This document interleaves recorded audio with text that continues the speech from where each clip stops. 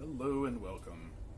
For our next video, I wanted to show off a few blaster modifications that I've done. Luckily, I was able to get a few Dart Zone Powerball blasters fairly inexpensively when Target was clearancing them out. Normally the Dart Zone Powerball, of course, will fire Nerf Arrival compatible high impact rounds, or balls. But I was inspired by a post on Facebook's Nerf Modders Welcome group to modify this blaster to take darts. This first iteration of the blaster mod was extremely easy to do. The blaster comes apart very easily with just a few screw removals, and this Crayola barrel was secured into this blaster using only electrical tape. But it's a very snug fit and very little air is lost when firing the blaster. This thing hits extremely hard. Unfortunately, at this point in my nerfing career, I do not have a chronograph yet, but the power in this thing is amazing. I gotta chrono this sometime. As you can imagine, firing this is a ton of fun, but tedious due to having to load the darts one at a time, and it is a snug enough fit so that even though you lose relatively little air while firing your dart, it is difficult to get them in the first place. That's awesome.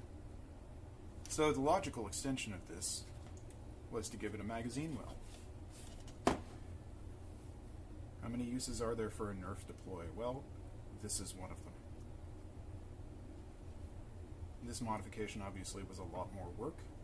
I had to cut portions of both the Powerball blaster and the deploy's magazine well so that they would fit together, but honestly, they fit together pretty well. If I knew then what I know now regarding cutting these blasters, I would have been able to do a better job. As it is, I actually ended up cutting too much, and I decided to fill in the overcut with regular standard putty, but of course all of the pieces that were touching were secured with methyl methacrylate plastic welding epoxy.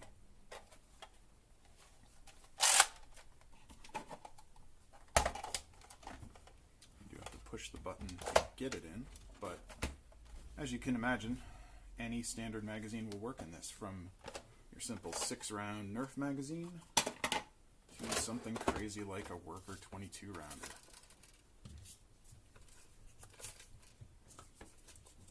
Now, I'll be honest with you, I don't think this blaster fires quite as well as the single shot does, because you're not getting quite as snug of a fit in the breech. That's to be expected because the breech itself is from a Nerf deploy. But you know what?